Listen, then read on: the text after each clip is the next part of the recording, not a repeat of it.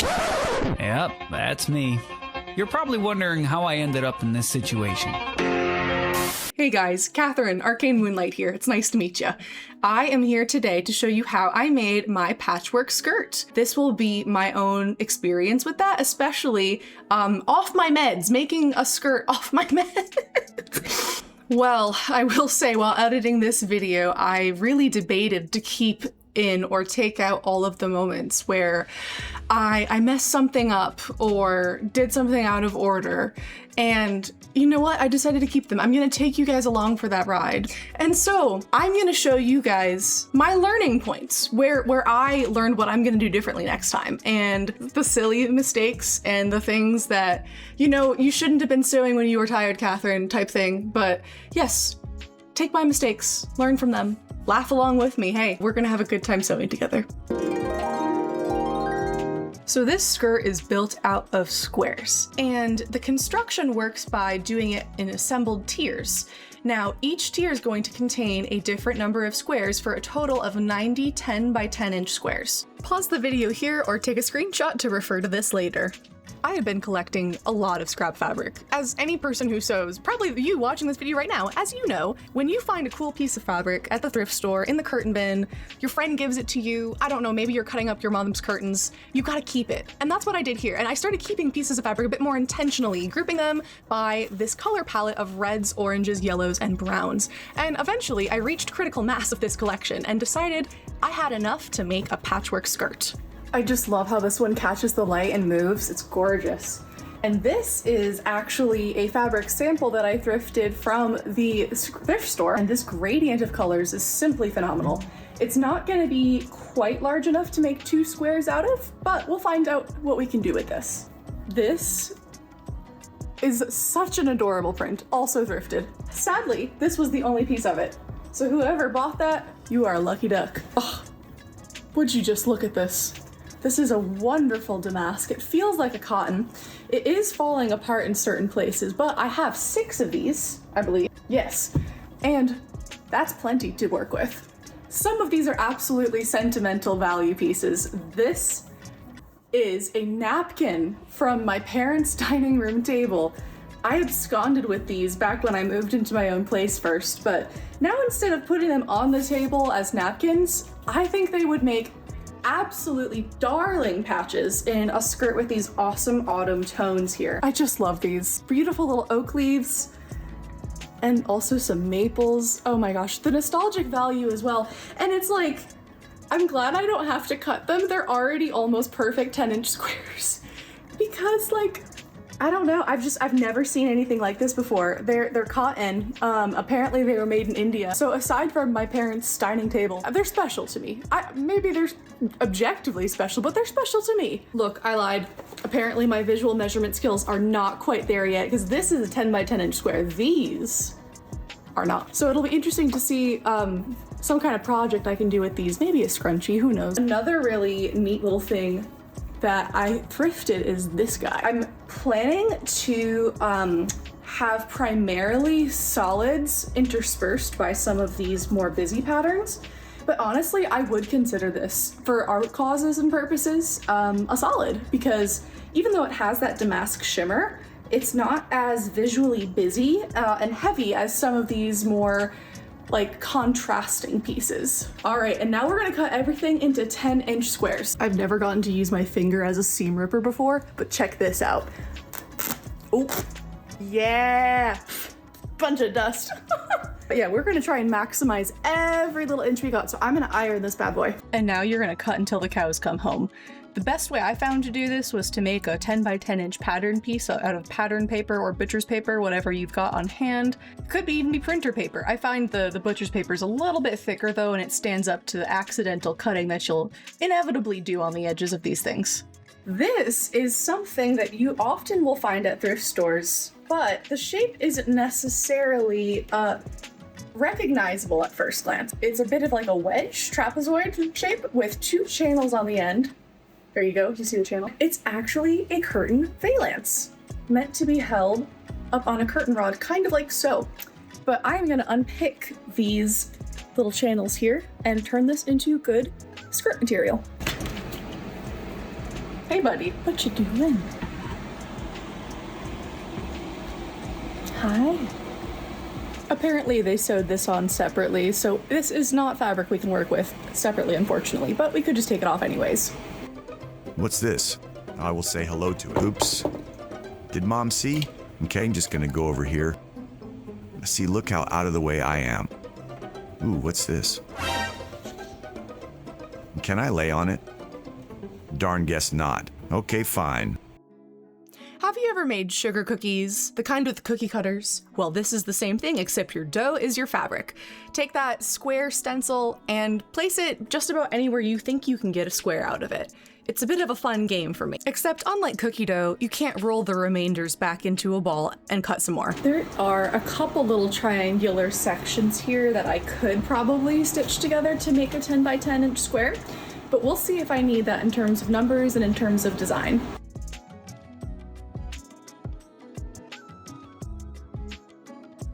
Time to cut this beautiful piece. I think it was some kind of table runner. I only got 2 out of this one. I could probably patch the rest of this together, but I don't think I need to. It's like an accent piece.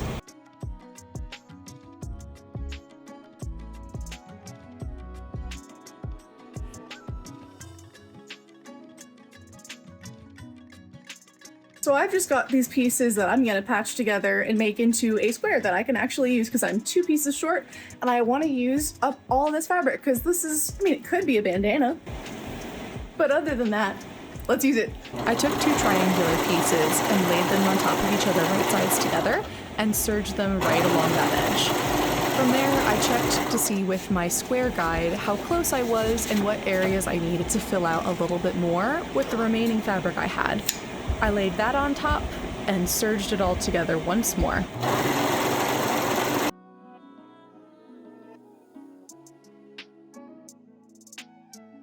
Honestly, this turned out really well and looks like a regular square. Now this one's a real doozy. This is 3 pieces, all different. Well, this one's different because I ran out of this, but there's a hole up here.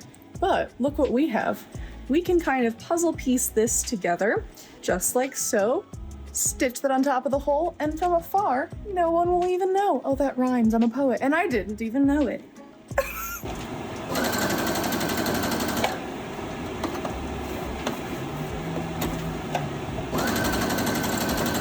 And look, I could have changed the thread on my machine, but like, it's 1 square. Who cares? Oh my gosh, I am just rhyming like crazy today. After dissecting and Frankensteining my scrap fabric bin, I finally had 90 squares. So my objective here is to arrange all the different colors and patterns I have in such a way that no 2 of the same fabric are directly adjacent to each other, either vertically or horizontally. And as you might imagine, this is kind of a puzzle, and it took at least an hour and a half. Once you've reached your 3rd row, you're gonna notice that it's really difficult to put the 4th row onto the 3rd row because there's like no space and you can't see what's going where. So what you're gonna wanna do is take that 3rd row and spread it out. As you place subsequent rows on the ones above, you're going to need to squish your fabric down into a little bit of a triangular shape. That way you can place 2 of the squares on the one above, so you have your placement laid out correctly.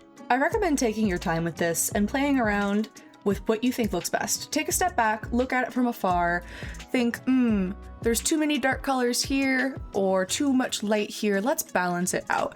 So as I picked up my squares, I started from right to left with the right being at the bottom, placing the next one on top of the other as I went along until I got all the way to the left edge. And I put a clip at the tippity top of each to remind me that that is the leftmost one and that this direction is up with the grain that I have arranged everything in here. That way it looks more uniform and also the fabric drapes in a predictable manner. This is a little trick I learned from a YouTuber called Rain Country, and she does a series on these skirts. Another thing she recommends is to keep a clip on the edge of your strip as you work so that you know which direction is which. For me, I have a picture I'm referencing of how I laid everything out, so this step isn't quite as important, but if you are working in a smaller space, it is critical. Start your first row by placing your leftmost square beneath the square immediately to the right of it. Those are going to be your first 2 squares in your sequence. Make sure that the right sides are together and the fabric is oriented the correct direction as indicated by your clips earlier or the grain of the fabric. Next, you're going to take the next square in your sequence that you laid out earlier and place it on top of the second square in your row, right sides together.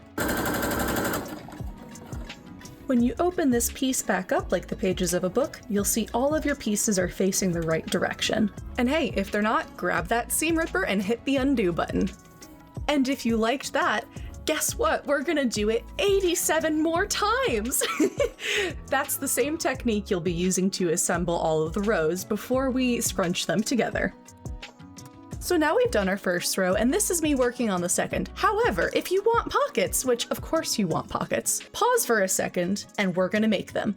Now I cannot go back in time and tap myself on the shoulder and say, hey, we gotta put in pockets. But you, dear reader, you can make pockets now. So this is looking great, right? But I forgot to put in pockets. And I like pockets. When you sew when you're tired, you forget things. You get momentum. Heck, when you sew when you're alert, you get momentum and you forget things. These things happen. So we've got our handy dandy seam ripper and we are gonna undo some of these stitches and put the pockets in. But first we have to cut them and I'll show you that. As we can see here, I've got one end of my skirt on the second tier being brown and the other being this lovely little red patchwork. I have more of this brown fabric, so I'm gonna make one half of the pocket out of this and the other out of this piece of scrap, because it kind of matches. I'm out of everything for this. This was one of the most annoying fabrics I've ever worked with, but you know what? It's the right color. This little blobby boy is a pocket pattern by Helen's Closet Patterns, and it looks like a bit of a Squidward head, and it even fits my phone in it. I decided I wanted a little bit deeper of a pocket so I can hide secrets in there. So I extended the pattern just a little bit on that line by sliding it down here. There's always a couple little spots that snag. I think it's because I got some dust on here. And now I'm gonna use this as a pattern piece to cut out the next red one. I love my little tomato weights. I forgot that this red stuff frays like crazy. There we go. That wasn't so painful. I am gonna trim down these sides just a touch.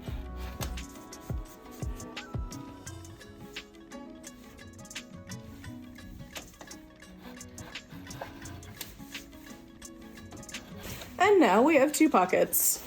I forgot to flip these over so the right side of the fabric's visible, but whatever. I think honestly it works better because this is a very sheeny, sort of satiny, and this is more of a natural finish, which is closer to the reds that we're working with in the skirt. And the exact middle of our section here, which would be 6 squares in, this is my 6th square, this is number 7, happens to be the material I have a lot of. Now I don't have any more of this, but what I'm gonna do is just make both sides of the pocket this same yellow gold damask. And instead of cutting out more of this yellow to gold damask, I'm just gonna put 2 of these extra squares that I cut together. I'd like to say it's not that I'm cheap, it's that I'm resourceful, but it might be a little bit of both.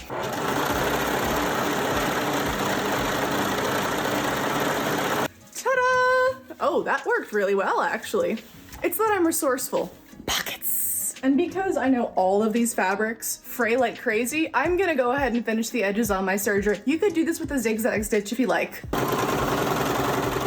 There you go. And yeah, this edge doesn't need to be finished. And in fact, I wouldn't finish it for, it would create extra seam bulk and it will be tucked in with the seams that we attach it to the skirt with. All right, so make sure you know which way is up and down and right and left in your patchwork arrangement.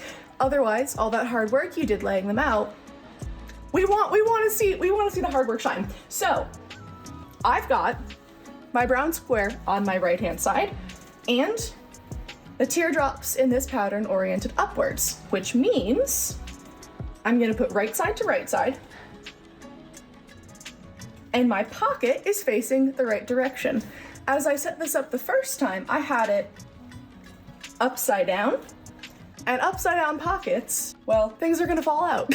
Right side to right side here as well. It's a little, it's the same fabric in this case. Then what we're gonna do is take a nice tight zigzag and go all the way down. If your pocket is a little bit shorter, you're gonna still keep going down. The reason I'm choosing a zigzag stitch here is because this area gets a lot of wear. You're gonna be putting your hands in and out, putting sharp things potentially in and out. And so we're gonna give it its best reinforcement we can.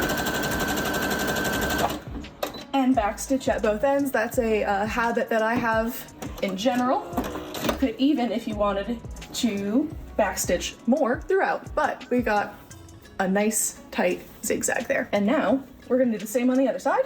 My pockets happen to just be the exact length of the squares, which works out nicely. Yours may be a little longer or shorter if they are. Just so normally, don't worry about it. We'll get there. Also, I'm not using pins. I like to live dangerously. If it makes you feel better, you could use pins or clips even. That would be well suited to this application. However, with this shorter length of a stitch line, it's easier to keep it straight for me at this point. I can just adjust manually as I go. Now that we have these two middle pieces, guess what we're gonna do? We're gonna put them together. It can be a little tricky to visualize how two-dimensional things become three-dimensional things. And that is one of the hardest things about sewing for me personally. And it's that mental math. What we're gonna do here, so you have a nice visualization of what's going on. We have both of our pockets that we just sewed into squares 6 and 7. 6, 7. Oh my god, my friend started doing it and now I'm doing it too. It's one of those memes that's just a meme because it's a meme. It doesn't mean anything besides perhaps a random opportunity to be silly. And I do appreciate a random opportunity to be silly. So I'm gonna take this whole side, put it over here, and then right side pocket to right side pocket, align them like so. And you've got this little Squidward head on both sides. And if your pocket is shorter than your square, you're gonna sew along it, and then the shape of the pocket, and then back down. For me, my pocket's the exact same shape as the square. All right, here we go.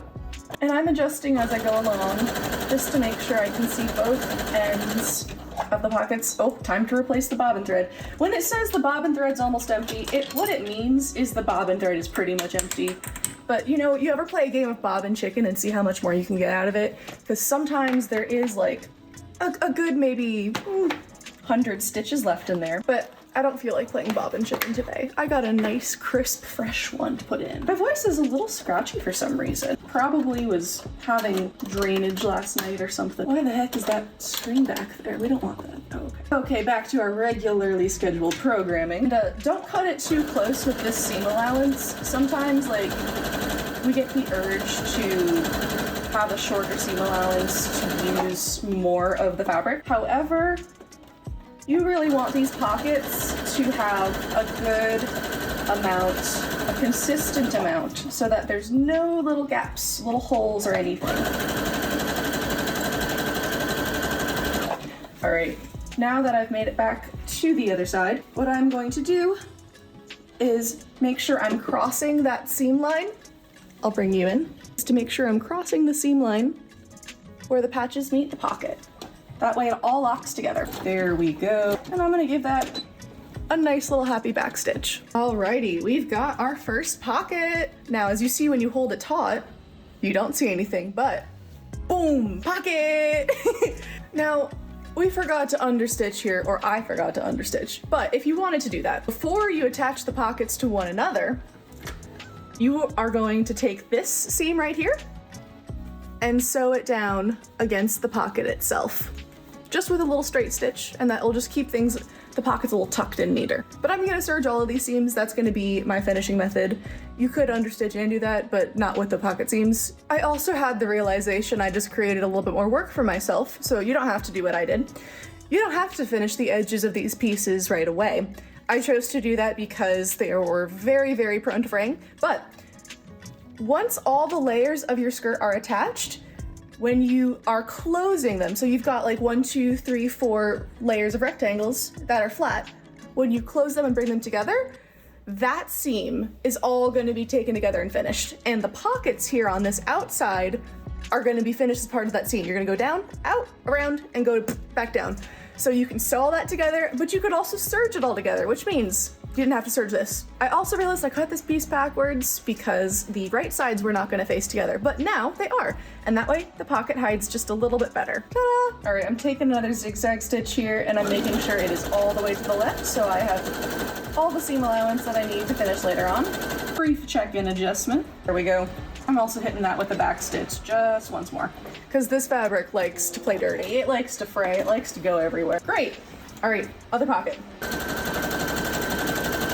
Alrighty, there we are. We are done with layer 2. In order to prepare ourselves to attach both tiers we just made, we gotta do a whole lot of ironing. I know. You can either press them open or press them flat, which I am doing because I am going to be serging all of these seams to prevent any internal fraying.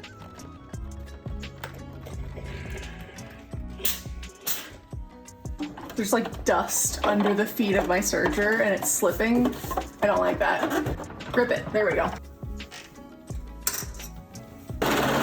So we got a nice clean finish on the seams. We got a nice clean finish on the seam. You can do this with zigzags if you choose, or if you would like frayed edges, you can just leave it.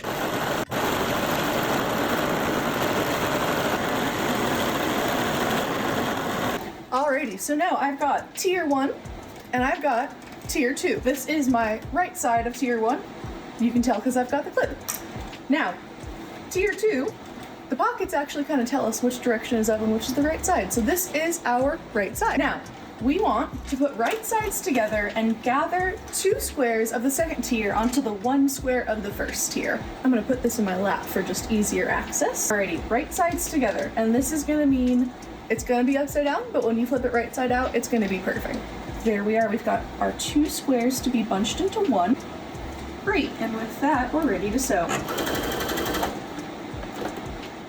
And I'm helping my foot up and over the edges here. You know, it really would be better to pleat away from the foot. I'm gonna undo that. We're gonna be pleating away from the foot, guys. Let's make our lives easier, not harder. As proof of concept, you can see how dang cute that's gonna be. Okay, I love this seam ripper because if you use this rubbery end of it, it takes the little strings right out. It's like an eraser. It's great. Look, there's nothing in there now. Okay, found my halfway point. And now let's pleat. Been obsessed with the song Fleeting by Sarah Kinsey lately. And I can like almost hear a parody in my head of pleating. You can fold the fabric all you want to. The answer is always pleating. Alright, I'm avoiding the pocket, pretty much getting the seam right on the edge of our first layer square here, our first tier. And we're gonna sew that down. Alright, now time to pleat this next one. And we are pleating it towards ourselves. That way, the foot can run right over it and there's no headache involved. And basically you want like a bunch of little ones probably, unless you're going for a different style in particular. And the goal is to have the end of these 2 line up.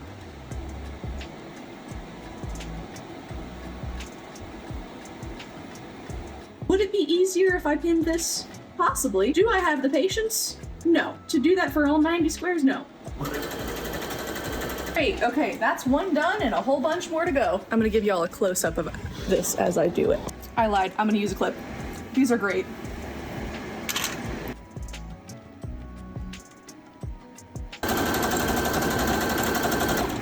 My own stubbornness aside, the clips actually really helped. I clipped between each of the 2 squares so that I knew exactly where the center point was on the 1 square that they were being scrunched onto, as well as the boundary of the square that they were being scrunched onto, for a total of 3 clips, 1 at the start of the square, 1 at the middle of the square, and 1 at the end. Look how freaking cute this is! Lovely. And the arrangement of not quite the same color, one beneath the other, is working out wonderfully.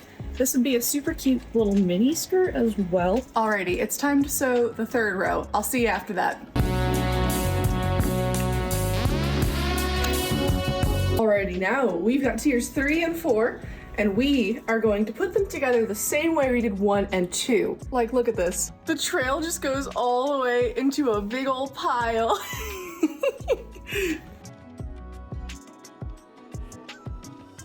Okay, now I have tiers 3 and 4 together and tiers 1 and 2 together. And now we're gonna apply the same principle and scrunch 2 squares into 1 by attaching these layers. We are going to be putting 2 of the squares of tier 3 onto 1 of the squares of tier 2. And remember, you've got your bottom row here, and you're gonna have right sides together. And in this case, that's gonna mean flipping this over so that it is upside down. The top of the skirt is on my right hand, the bottom of the skirt is on my left hand. This is tier 3, this is tier 4, tier 2. For the top part of the skirt, of course, the top is to my left and the bottom is to my right. And we're going to be scrunching that on just like we did before. I find it very helpful to mark the joins between each patch, just so I know when to begin a new 2 squares with a clip. These little wonder clips are great. There you go. 2 squares into 1. Let's get going. All right, I've put it all together. Moment of truth. Oh yeah, that is magnificent. Look at it swing. And when I put that together, all right. This is really heavy, I will say. There's a lot of fabric here, but like that's to be expected. And now I'm going to go ahead and serge along the seams where the tiers join and really lock in the gathers here. I've just done a single row of stitches. However, if you don't have a serger, join your tiers using a tight zigzag and then trim down your seam allowances slightly, probably about to 1/4 of an inch, and then you're good. Alrighty, all my joins are serged, and now I'm gonna be serging this bottom hem just so it's more even, because you see there's these differences in the grading of the seams. That'll make it easier to fold over and actually make a hem. But if you don't have a serger, what you can do is grade these with your scissors. See you in a bit.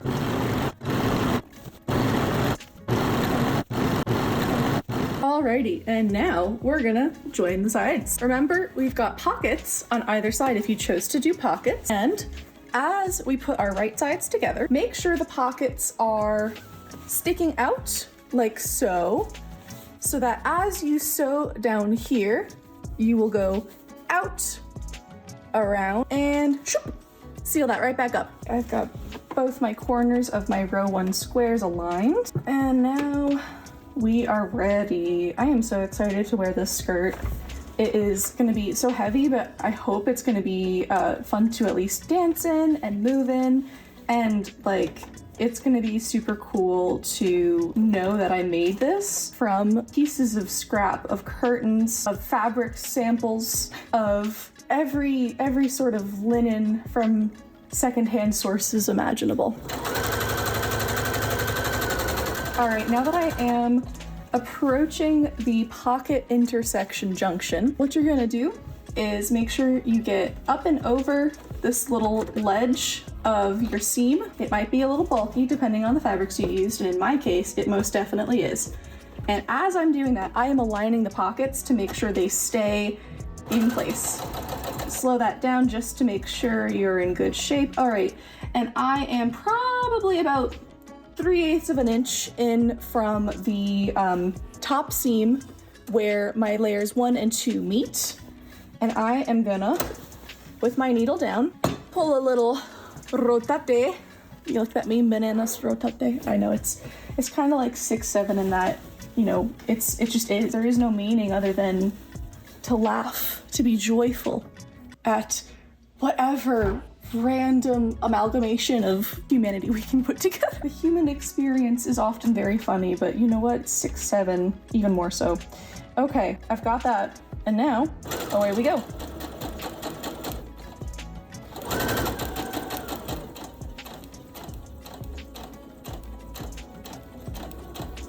It helps to slow down on the curves, I find.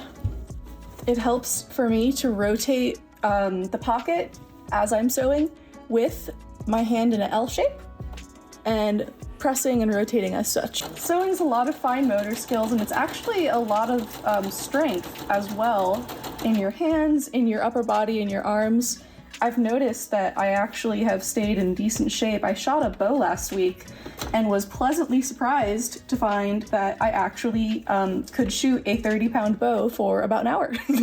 So while I was yapping, these slippery slips, both of these are extremely squidgy, slippery, sleek fabrics. It got away from me. So I'm just gonna go back a couple of stitches. We like our seam ripper. She's our friend, and continue from there. Since my skirt is heavy, I am definitely having to rotate it as I go along and close up this little join right here where the ends of our pockets are about to meet. And you can see that zigzag stitch we did, because if we don't rotate the skirt around, it's going to pull our stitches in a direction we do not want them to go.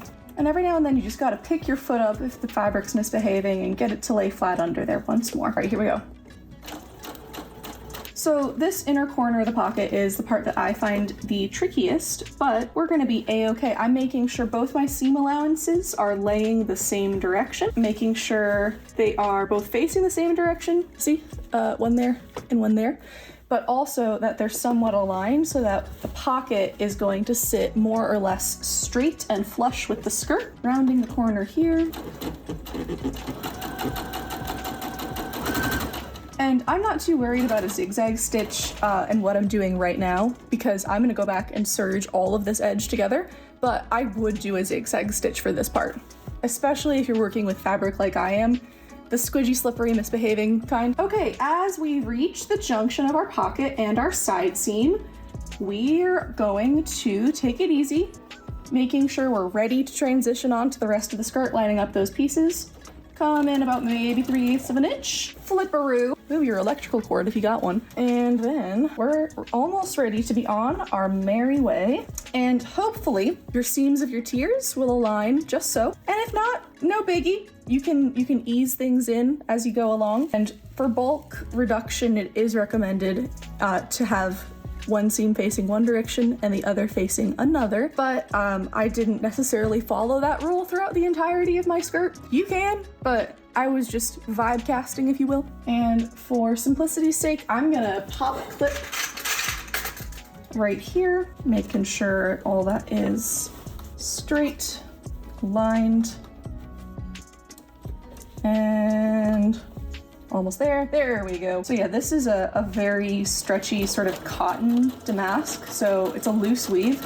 I'm having to ease it back in, even though, you know, I was as precise as humanly possible with my square cutting. Things like this will happen when you're working with multiple different types of fabric, because they all behave differently, and that is one of the many challenges of a patchwork skirt. Even though the materials may be cheaper because you are able to work with smaller quantities of each, and perhaps secondhand materials, there's a lot of unique territory that comes with making something like this. That doesn't mean it's perhaps any more challenging than anything else, but it is a new skill set to acquire and put on your sewing tool belt. Alrighty. We've damn near got ourselves a skirt. I'm gonna serge that edge up, and then we're gonna put on the waistband.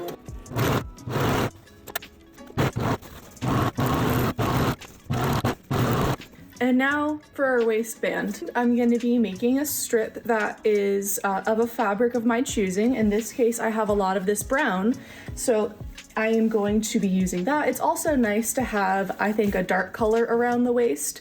It is a bit of a contrast, draws the eye to the form. And for the dimensions of that, I'm going to be doing 5.5 inches wide by 33 inches long, and that's because my waist measurement plus 2 inches. And I actually have this channel that came off the curtain that I thrifted that I've been making squares out of, and it happens to be sufficiently long, and it's 3 inches wide here, so when I unfold it and unpick it, it's gonna be 6. And you know what? It's already creased and everything, so let's just see how this works. Work smarter, not harder, am I right? I'm so tired today. My medicine is not where it needs to be, I know that much. Like, it's gonna get fixed, I think, end of the month.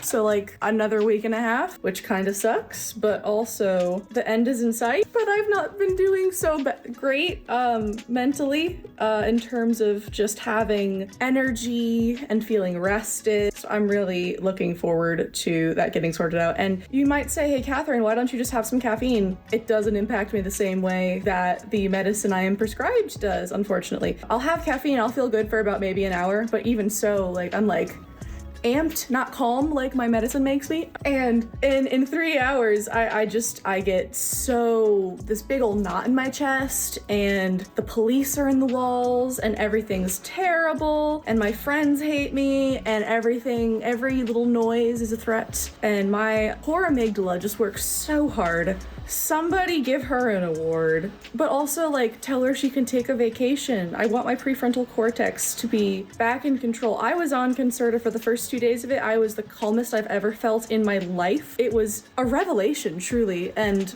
when that feeling disappeared and I went back to feeling like I had before, I guess as my body and system were accommodating that dosage, which is now too low, it went right back. And I grieve those 2 days, but I hope I can have them back. And then of course they can't give me the new dosage of this medicine until I run out of the current stuff I have. Never mind the fact that it's not actually working for me. I don't know what they think I'm gonna do. Go and sell Concerta to people? No, I just want to feel good, you know? And I'm giving myself grace, and I'm paying extra attention to eating enough, drinking enough, but even with all of the best practices, it can be... I'm playing on hard mode lately, let's just say. All right, we're making some good progress on this. I'll see you at the rest. All right, now that we've got our waistband, what we're gonna do is find our center, and I'm not talking meditation, although that's always helpful. So now that we have our lovely piece and we know where the middle is, we are gonna mark 1.5 inches from the edge, 2 little slits for our buttonholes. And this fabric just wants to run away from you as you're working with it. I'm gonna use the markings on this little lovely sewing ruler to show me exactly where the 1/2 inch is, and it's this little green line right here. And intersecting that line is where I'm gonna place my slits for the buttonhole. There we go. Alrighty, so I have selected a buttonhole stitch on my machine, and then this is my buttonhole foot. You probably have one like this too that came with your machine, and we are just going to pop that in. And the most important step here is to take down this little button lever back here. It's this little gray guy, and it just lives behind your the shaft that holds your foot in place. And one thing I'll mention as well, I already adjusted the length of my buttonhole, as you can see right back here. I've pulled this out probably about 1/2 inch, because that's how wide I want my slit to be. There we are, aligning the crosshairs on my mark, and here we go.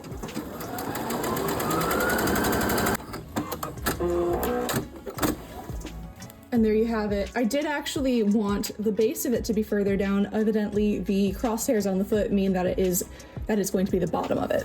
So I'm gonna go ahead and undo this. Alrighty, take 2. Okay, so that's where we had the window beforehand, but let's move it down about that much so that the edge of the line is the bottom of the window. Let's try that. There we go. That is nice and centered. Ah, dang it, I misjudged. They're not perfect, but you know what? It will do. Plus, when this is all elasticed and scrunched, it's not going to be noticeable. So if yours aren't perfectly aligned either, don't give yourself too much grief for it. Now that we've got these, we're just going to take our seam ripper and slice them open, just like that. Ta-da! Buttonholes are so simple yet so magical, and so many applications for them. So now we are just going to take each of these edges and fold them in by 1/2 inch and press that down so that we have nice clean edges to attach to our skirt. See you soon. All right, we have our waistband. And now what we're gonna do with these pressed edges is bring them around, right sides together, and sew this with about 1/2 inch seam allowance.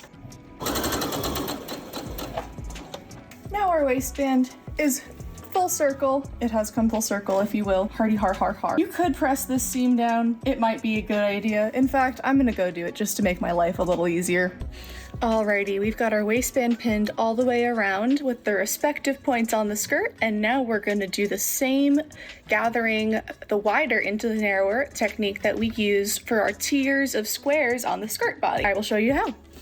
And yes, I totally forgot to explain the process about how to pin the waistband to the skirt this time around, but don't worry if you're not, dear readers, because this is moments before disaster and I'm gonna have to redo the entire waistband, and the second time around, future Catherine will explain it to you. And now, because I was not able to aim perfectly my stitches in the ditch, it probably would have been better to do a straight stitch in this case, but I was like, yes, I gotta reinforce it and make it strong. But yeah, I would recommend doing a straight stitch here instead and stitching in that ditch, but what I'm gonna do is try and get my line of stitches right up against that stitch in the ditch right now.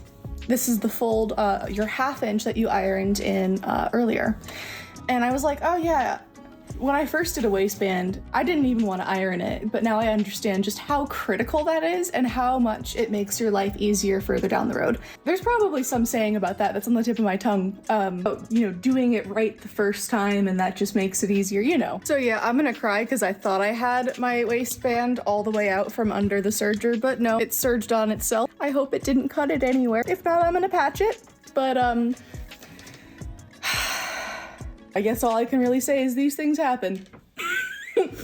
It do be like that sometimes. Yeah, it ripped a little hole in there. I'll figure it out. I'm strong! Folks, do not do what I have done.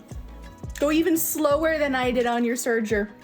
I unpicked all of this, and now I must find a way to fix it. Listen, I made the waistband too small. It's ever clear. You don't know the truth when you hear it, get a better ear. Yeah. Yes, I am hopeful for today. Take this music and I can't really get over my head either. Oh, baby. Well, in light of this situation, I am going to be cutting off the entire waistband and trying that one again. Sewing is about acceptance. It is about willingness to fail, and it is about determination. And so, with these words, I cut off the waistband that I just sewed. I just cut this off. Oh no. It's okay. It's okay. We're okay. Okay, we're back. Waistband take 2. This time, I measured the widest part of my hips. Got 39. We're going to be adding 2 inches to that. And you know what? Just for safety, I'm gonna say 42 inches. So I'm gonna have a piece that is 42 inches long and 5 inches wide.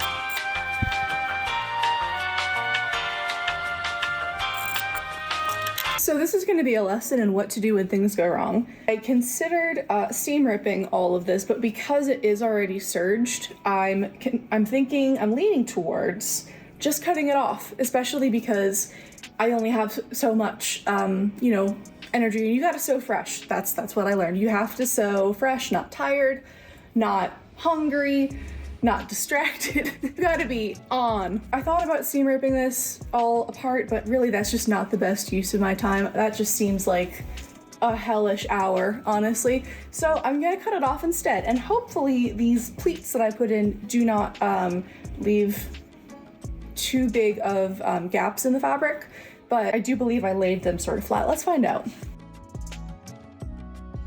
All right, the waistband is off. It's all right. We didn't even chop too much up in terms of the actual squares. I'm feeling real good about that. And now we're gonna repeat all the steps that we did on this waistband, but I'll skip over that because y'all already know the deal. I gotta say, the buttonhole foot is a lot of fun. I love watching it just go. And then when you're done, you just have this gorgeous, highly functional little buttonhole. Now that your waistband is a circle, guess what's also a circle? Your skirt. Now we are going to be marking points on the waistband and then marking those same points on the skirt so that the two can line up. Start off by marking your center front, center back, which will be directly under your center front, and your left and right sides. Your waistband is a circle, you're just marking it on the table flat. So think of this as a flattened clock and you'll be marking 12, 6, 3, and 9. For additional accuracy when gathering the skirt into the waistband, you can also mark points in between those 4 points. I do this by bringing one of my outer points and folding it over till it touches the inner point, and then marking the fold line right between the two. Now you're going to repeat those same markings on your waistband, referring to that center front, center back, both sides, and if you chose to do your extra points, folding in the outer corners to meet the center and marking that fold. Also, instead of making a separate waistband, you could always fold down the top of your skirt and then make casing out of that. I chose not to because all the fabrics I used were such different weights, it would be inconsistent. I pinned each of the corresponding markings on my waistband to the respective one on my skirt, and then I put it on my machine. Because the skirt is slightly larger than the waistband, I am gathering little bits of the skirt into the waistband as I go along. You could fold all of these down and pin them prior, but I prefer to arrange them as I go. My goal is to have the excess fabric of the skirt fit into the space of the waistband between the two pins where both are attached in the most even and uniform manner. These gathers take a little bit of finagling, so just take your time with it. So, a note on waistbands. This is only the third waistband I've made, I think. The fourth, maybe? But I've been doing it somewhat wrong. I've been putting right sides together, aligning those two edges and stitching on the ditch. That part's right. But instead of right sides together, you actually want, and I'll demo with this, the piece that died earlier, you want right side to wrong side of the skirt. And you're gonna do the same thing and put the edge of your waistband to the edge of your skirt fabric, gather it, mark it, all that, stitch in the ditch, and then once that's done, you fold it over, and this side, the second side you sew, is going to be slightly longer and cover the row of stitches that you just did, so it looks completely seamless. Now, this is an aesthetic thing more than a functional thing, but this is the more advisable method. Nothing's gonna be wrong with this skirt per se, and I know that this brown thread disappears real well into this very shifty, loose weave of a fabric, so I'm not too worried about it, especially as it gathers and scrunches. So if you did it this way too, don't worry, but I'll put a little note on the video just so you can avoid the same thing. So I have pinned and clipped my waistband just to keep it from shifting around so much and to ensure that my stitches are going to catch both the front and the back, but if you do this the way it's supposed to be done, you won't have this problem. This is a demonstration of, how to do things a way that's not the best way, so that you know why the method that is the best practice is in fact best practice. Yeah, sometimes I feel like imposter syndrome on here, of course, but I feel like it is valuable to include the mistakes I make, the things I learn. I'm human.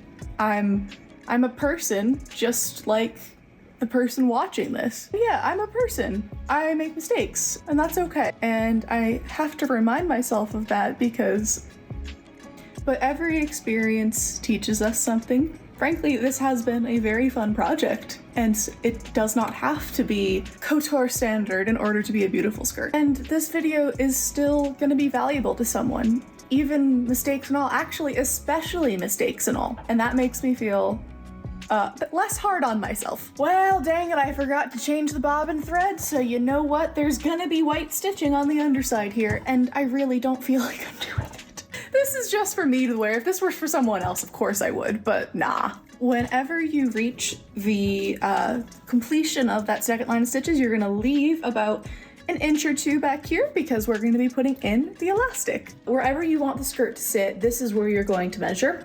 For me, I want it to sit at the waistline, but I am aware of how heavy the skirt is. If you worked with heavier materials as well, we will also be using a drawstring to add some extra security here. But I'm also going to, as I measure how much elastic I need, keep in mind that I'm putting some tension on it as I am measuring it. Here we are, and I'm just gonna be pulling it very gently with an overlap of about an inch. This is how much. And for your reference, this is about 30 inches for me. And next we are gonna put our elastic into the channel of our skirt. You can use a safety pin, or in my case, I'm gonna be using this fun little tool that I picked up and making sure that's pretty centered. Sliding that little disc down, and then it becomes a needle of sorts to help you guide it through. Alrighty, so going in from the back where we left a section open, we're gonna bring this all the way around full circle before we sew it closed, making sure it is flat on all sides.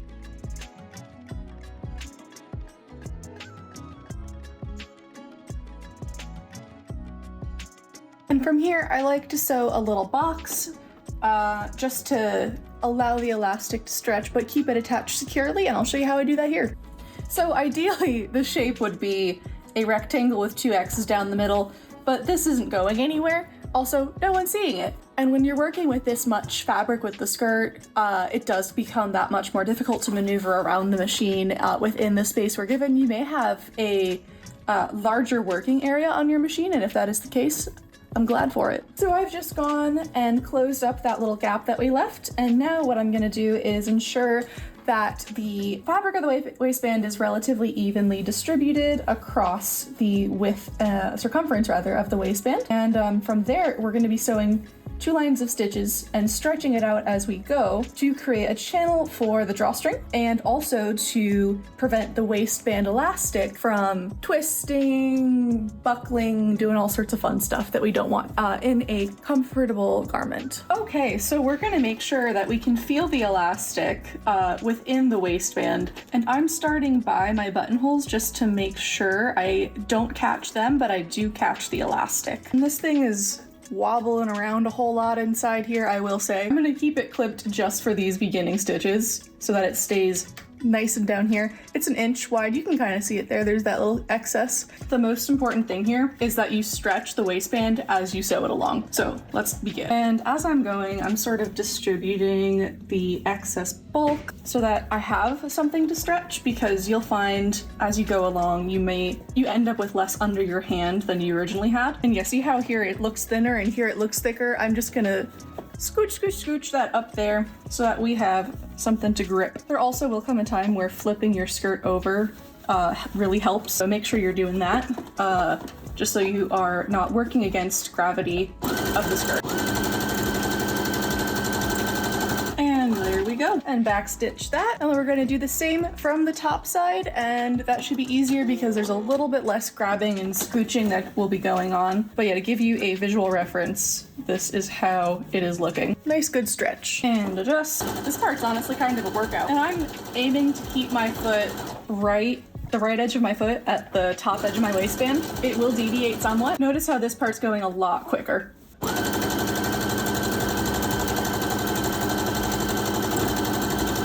And you'll see that this creates a really pretty, almost shirt effect in the waistband. It looks professional, it looks clean, and with that drawstring in this channel that we've just created between our 2 buttonholes, it's gonna be looking even better. And you see what I mean now about the brown thread absolutely disappearing in that, so I'm kinda mad I didn't use a brown bobbin. I have been coloring them in with pen, but even so, the color is still a little bit lighter. I'm gonna figure out some sort of solution. Alrighty, now I'm gonna thread through a length of cord through those buttonholes, and using that same tool I used earlier, but a safety pin will also work just fine. In some cases, it even works better, actually. And I'm not gonna cut it until I get it all the way out the other side, just so I can see exactly how long I want the strings to be. I'm also planning on putting some beads on there. All right, we've got both ends through each of their respective buttonholes. I'm gonna undo my little guide pin, and at this point, you can just tie knots on the end here, or what I'm gonna do, I'm gonna put some beads, well, maybe not, because this thing's gotta go through the wash. I'm gonna think about it. So for the time being, I'm gonna knot these, and if I wish to decorate them, I know I'm gonna need to do it by other means of putting the beads on, because this cord is too thick for the beads themselves. And because of the size of these holes, I'm gonna like double, triple knot this thing just so it does not get lost in there. But like, if it does, it's the same as getting strings out of a hoodie if they've gotten lost in the washing machine. And I actually kind of want this tip to fray out. I think it'll add some nice texture. In fact, that's what I'm doing right here. There we go. It almost becomes a little tassel. And now for the hem. So if you have zigzagged or serged, as I have, this will make this next part nice and easy. And what I'm gonna do is fold over the hem once and twice. And I'm gonna run along here. And actually, I am gonna change my bobbin color this time, so that way the white doesn't peek through. And I'm using brown, which is fairly neutral to all of the colors that I'm working with here. And this was just about empty, so not bad timing, honestly. If you do not have a serger, make sure that you grade the edges of your seams prior to folding them over into that rolled hem. You want them to be the exact same length, so that way they fold easily and you're not working against protrusions of fabric. And as far as technique for the rolling itself, what I like to do is fold one edge over right at the crease of 2 squares, fold it over a second time, and then take my thumb and tuck all of that in there. And you, depending on the fabric, you may have to hold it more than others. But after that, you just keep that in place and run some stitches close to the top edge as reasonably possible.